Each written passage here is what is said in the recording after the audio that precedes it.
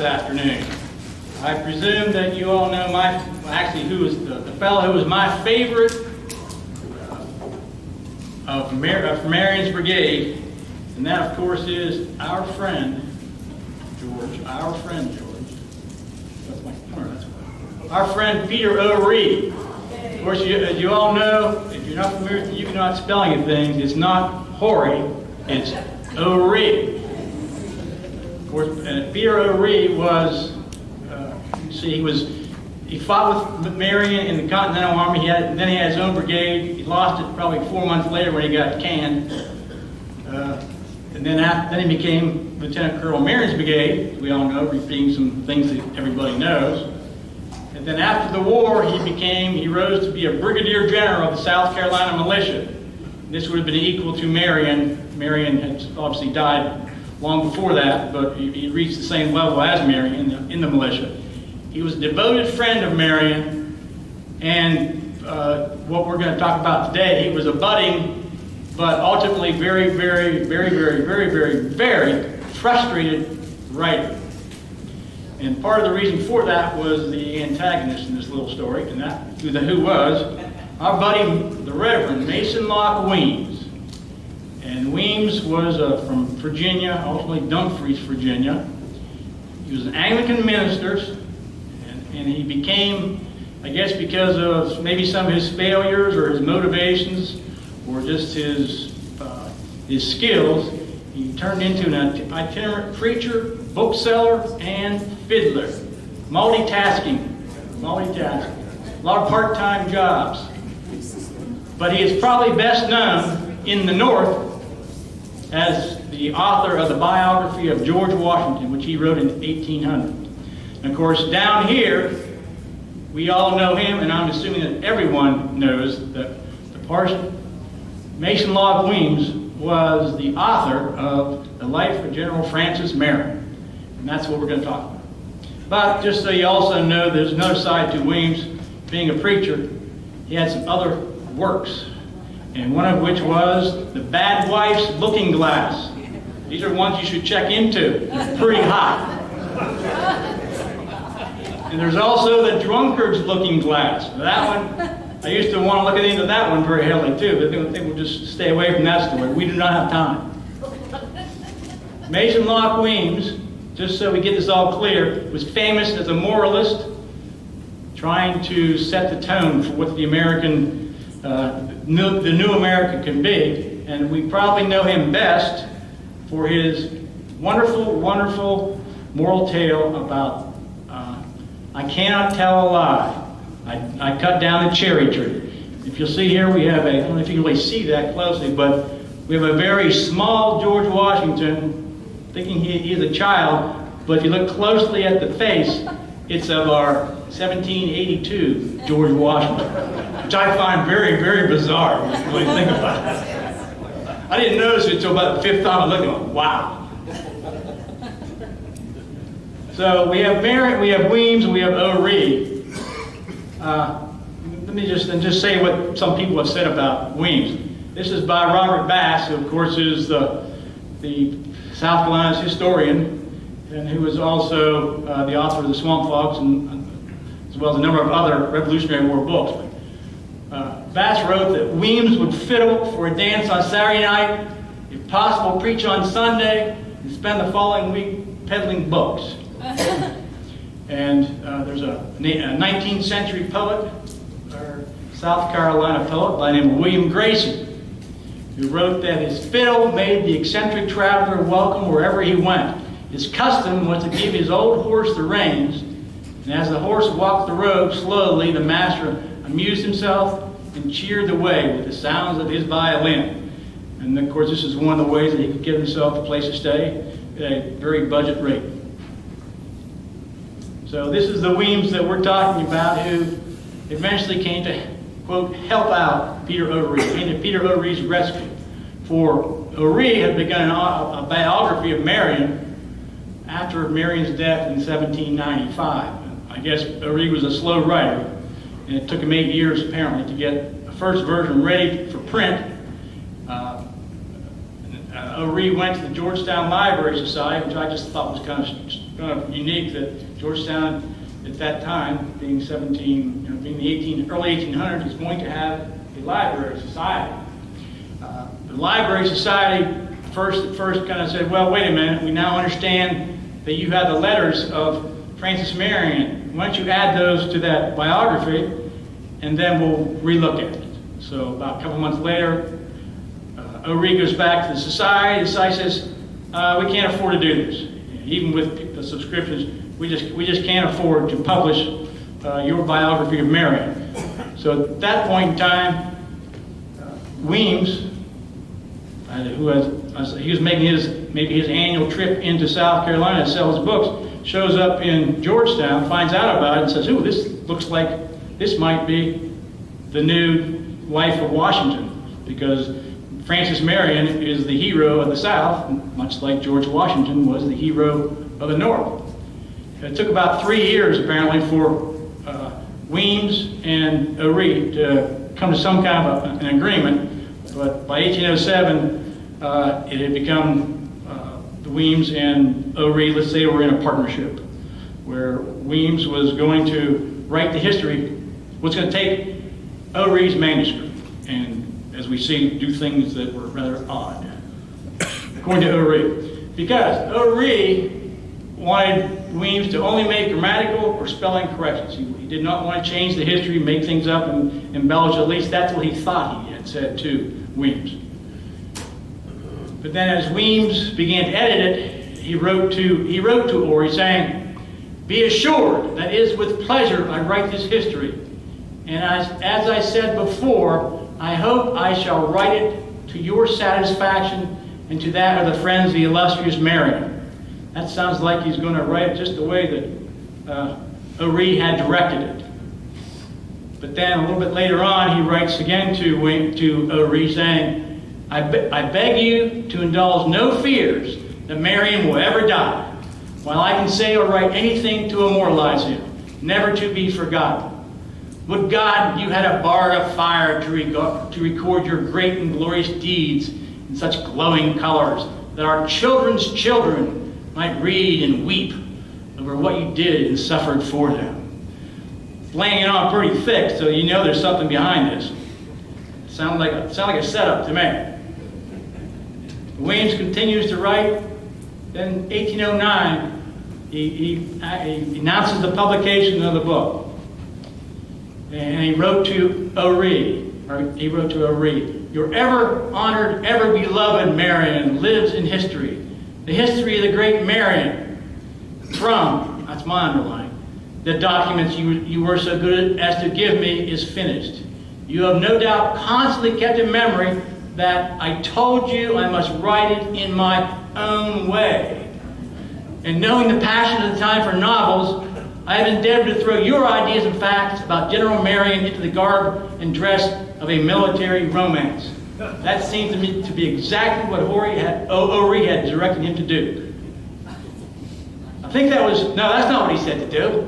He said to write it exactly like I had written it. So there seems like there may be an issue coming up here. I love this plot line. There's going to be like rumbles and explosions and all sorts of things going on. But 1809, it's published. And interestingly enough, you see that, let's see, where's the author on this thing? It says, "From documents furnished by," in the block, by General P. O'Ree. And let's see, wait a minute, who wrote this? Apparently there's no author written for it. No author noted. So we're dealing here in 1809, we have this book that does not have an author that's been recognized. So you can see where a dispute might begin if you have any kind of fire at all. O'Ree did not see the book before it was published. And since he had spent so much time on it and he'd given directions, he was pretty irate about it. Apparently he had no conversations or any dialogue with Weems afterwards, but apparently the grapevine was still pretty strong then. When Weems wrote a year after the publication, probably in a very easygoing way, and he was very surprised. "I have lately heard, and with infinite astonishment, that you are displeased with the life of Marion, though I have so heard. Yet I can hardly believe it. I want very much to see you for our second edition.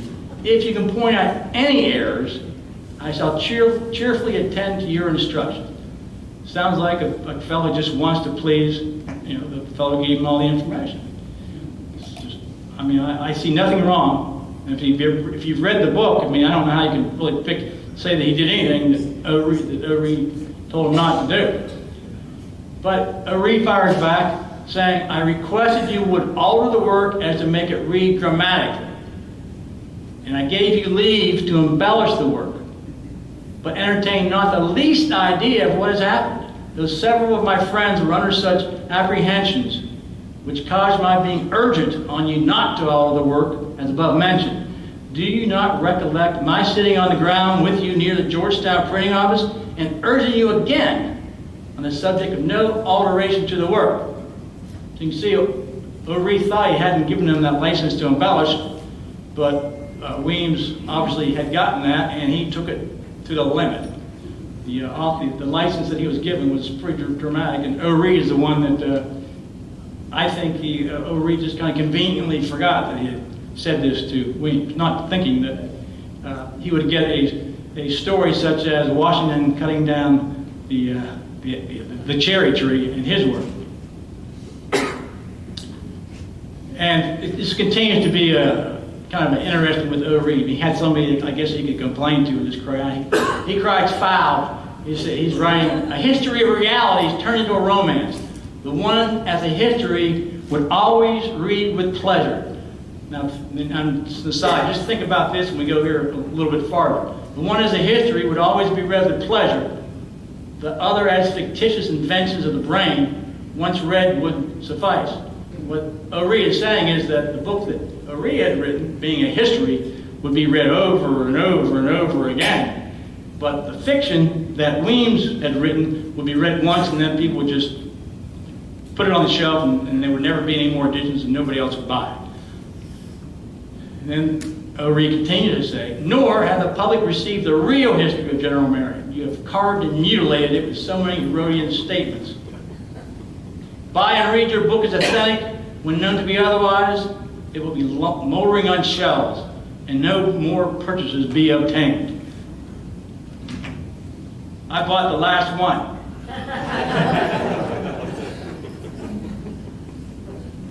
Weems comes back, of course, because this guy, he's pretty practiced, I believe. He writes back, I told you I must write it my own way. What is it possible that you can be displeased with a book which places both yourself and your beloved Marion in so conspicuous and exalted a light? You think about that and you go, man, this guy's going to write a book that tells all these lies about me, and I'm supposed to be happy about it? But that's the way Weems was. A book that everywhere meets with unbounded applause. A book which, in short, sells better than even the life of General Washington. How can you be dissatisfied with that? You should be making money hand over fist. They probably expected to win the Pulitzer Prize for this, and later the Nobel Prize.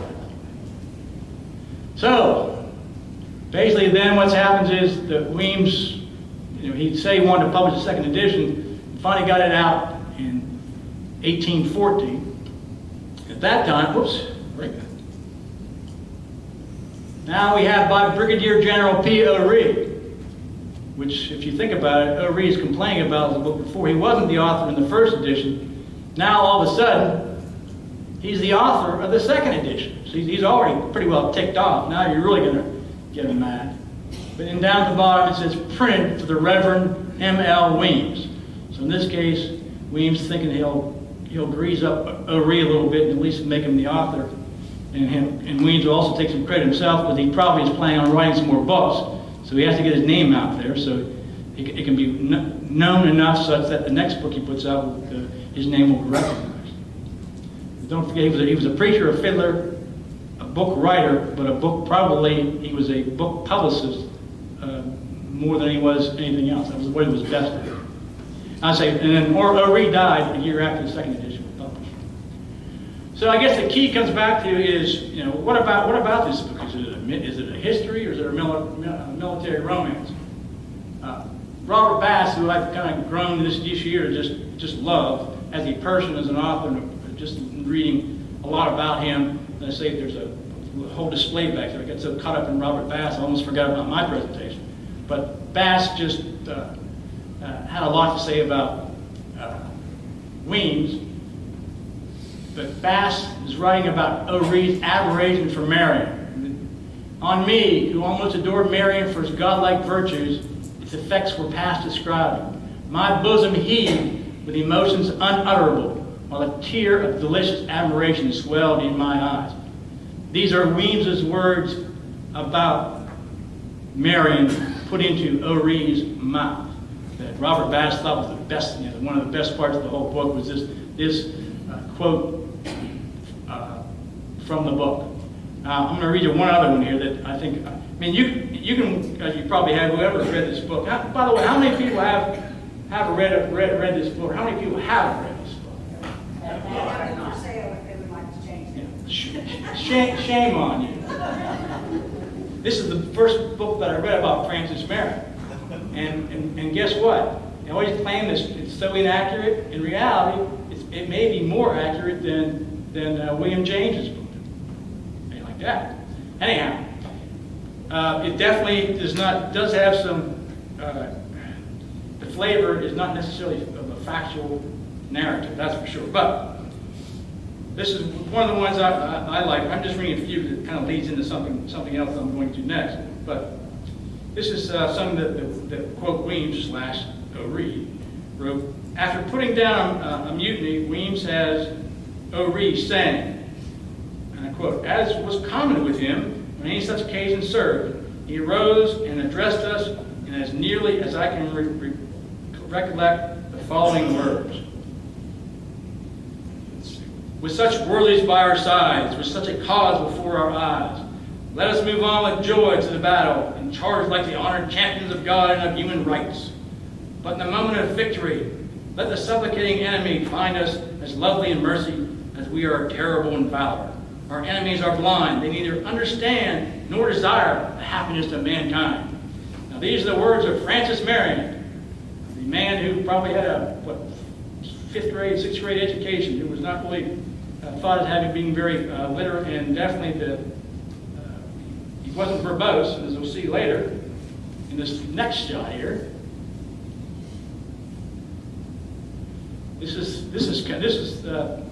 I have to say that when this book came out, O'Ree was, so I read it. In his copy that is currently here, by the way. Peter O'Ree's copy is here. Fritz is here with Peter O'Ree's copy.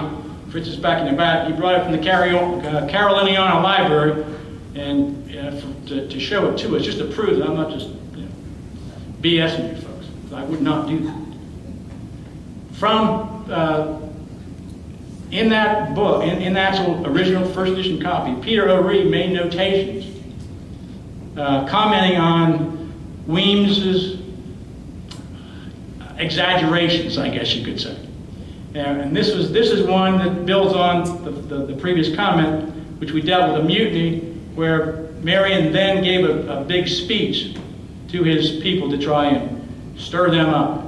And O'Ree writes here, P. O'Ree do assert that General Marion never made a speech anywhere or thanked any officer for his services, but to Colonel H. O'Ree, which would have been Peter's brother, and once in his orders. So P. O'Ree basically saying that Weems was full of it. And he obviously he's pretty mad about things. So, and I found Peter O'Ree wrote 15 comments in the book about basic errors that Weems made in reworking O'Ree's own words, or making up new words for O'Ree. And there are probably another 30, what I think are just comments on exaggerations or filling in the blanks. But then he just got tired of making changes and just quit. Another one that he made was that O'Ree is always considered to be like Francis and he were like best buds. Not necessarily from growing up, but very early on they were best friends. And O'Ree takes issue with that, saying that up at the top are saying, whoops, come on, back you go. On the balloting for officers, Marion's ticket came out for captaincy in the 2nd Regiment. And then a little time, my name was called, that's O'Ree's name was called out as the captain. This to me was a matter of great joy, as I had long courted the friendship of Marion. And then O'Ree writes down at the bottom, an error. Peter O'Ree then was unacquainted with Francis Marion. So once again, slapping Weems across the face. This is more about the history or the romance part. And we learned that Francis Marion at some point in time became the Swamp Fox.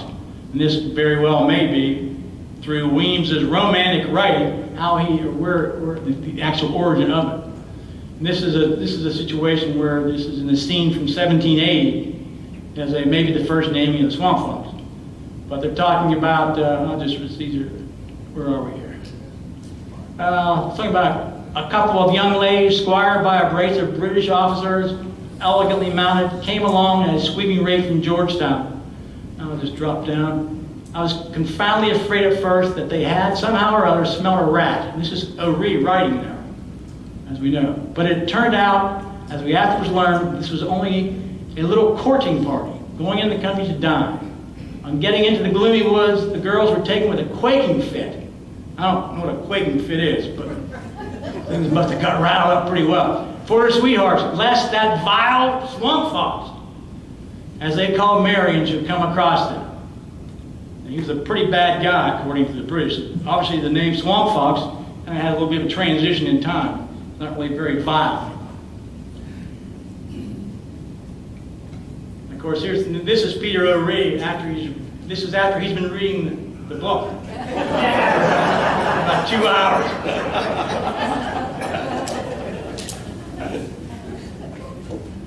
And we also have just some of the continuations. Now this one is about Weems's description of the assault at Savannah in October 1779. The importance here is not so much the assault itself or even going through all the details. It doesn't really matter. But basically, Weems was describing the failed assault by the joint French and American forces at Savannah. And the French general was Count Stang. O'Ree writes about that. Where are you? What did I do here? That was a quick finger here.